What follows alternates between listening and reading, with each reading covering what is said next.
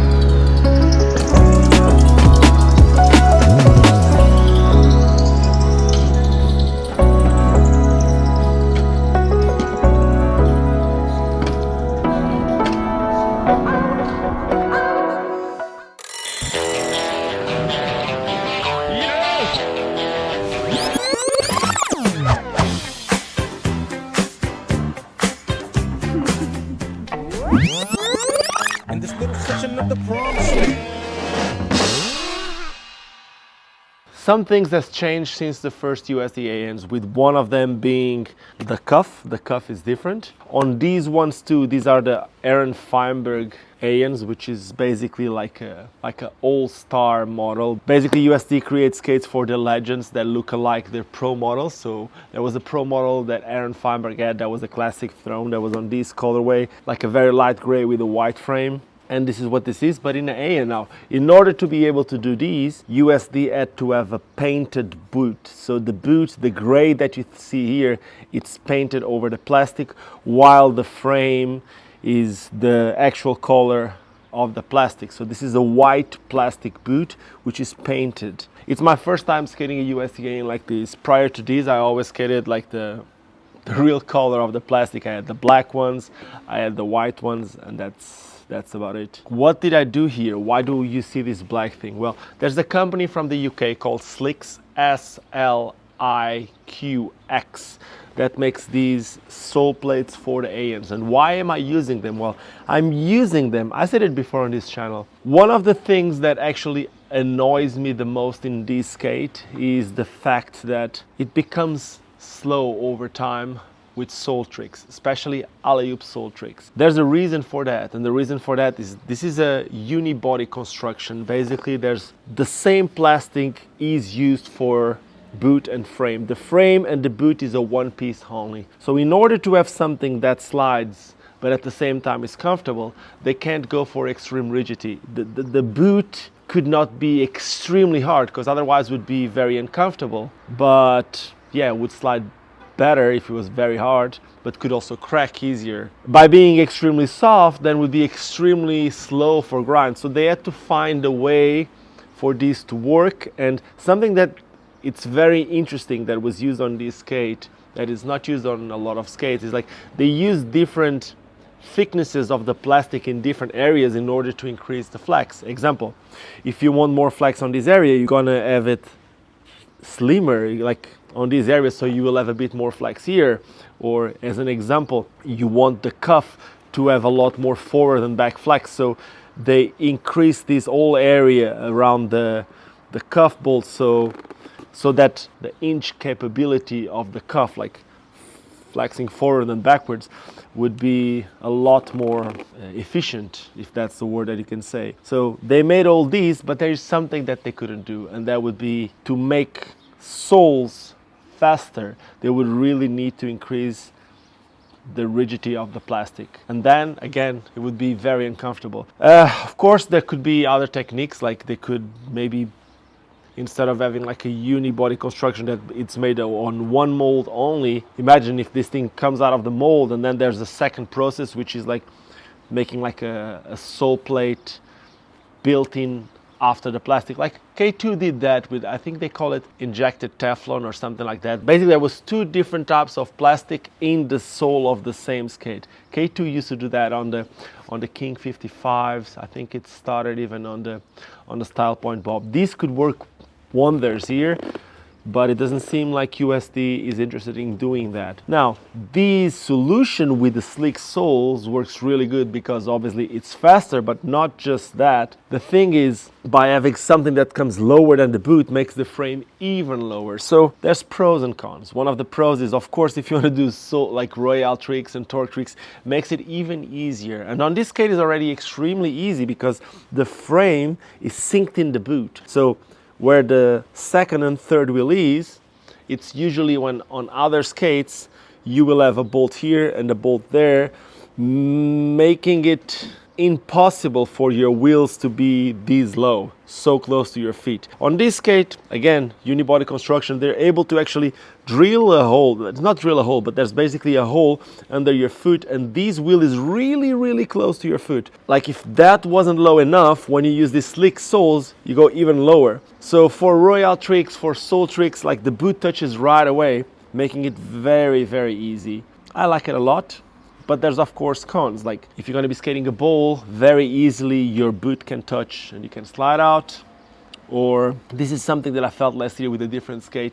If you want to be trying to do like topside tricks on one of those pool coping tricks, like that really thick coping that is made of stone, on something like that, it kind of feels like you don't have meat enough here. It kind of like looks like the frame is not long enough for you to be able to do a topside without sliding out. But yeah, like everything, there's always pros and cons. Something else that I changed on this skate was the wheels. I usually say a lot of good things about the wheels that come on the USD AEON, and I really like them, I really like them. But with this skate, I tried to go with the cheater skate, like to making it as easy as I could. So what I did is, instead of having the 61mm wheels that come on this skate, I went for 58s, and instead of having that really round wheel, like it's not even round, the one that comes on the AEONs is like a very beefy wheel. It's not a flat profile, but it's also not a round profile. It's a bit of yeah, it has a little bit of a flat top, but at the end of the day, it's like really thick on the side. So it's like, it's hard to explain. While this one is way pointier, and by having a much pointier wheel, that means that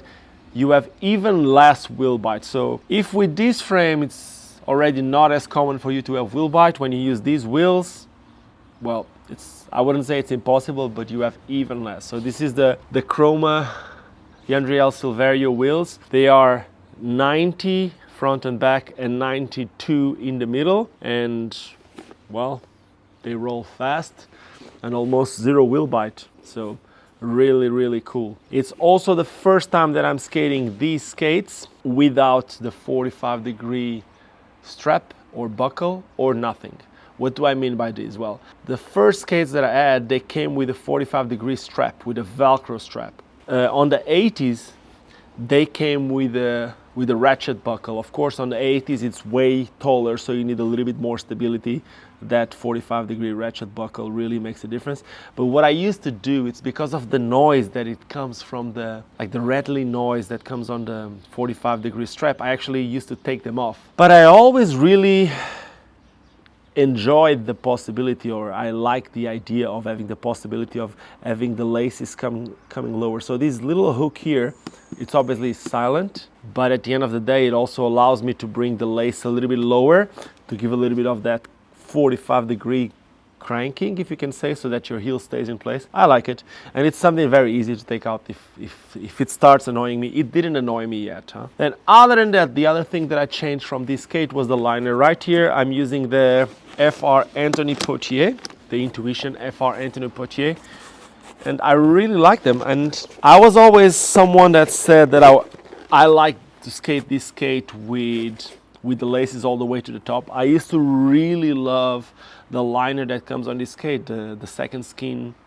from my feet. And I still like that liner, but I can't compare with these Intuition liners. Just like the foams are different. It's a different feel. I'm not gonna say that the other liner is worse than this. For me, this one works better. It is what it is. I just like this one better. Usually in terms of Intuition, I like the V2s better than any other Intuition liner.